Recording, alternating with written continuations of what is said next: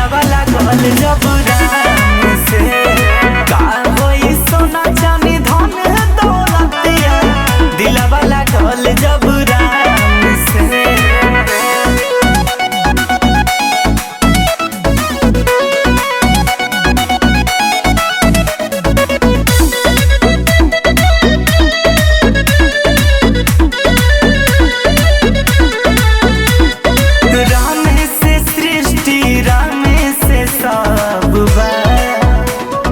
राम के लीला है अजबे गजब बा, राम के नाम रोटे माना बा, गूंजता धरती गगना बा, जाता वे सभे अयोध्या नगरिया छोड़ी सब काम के।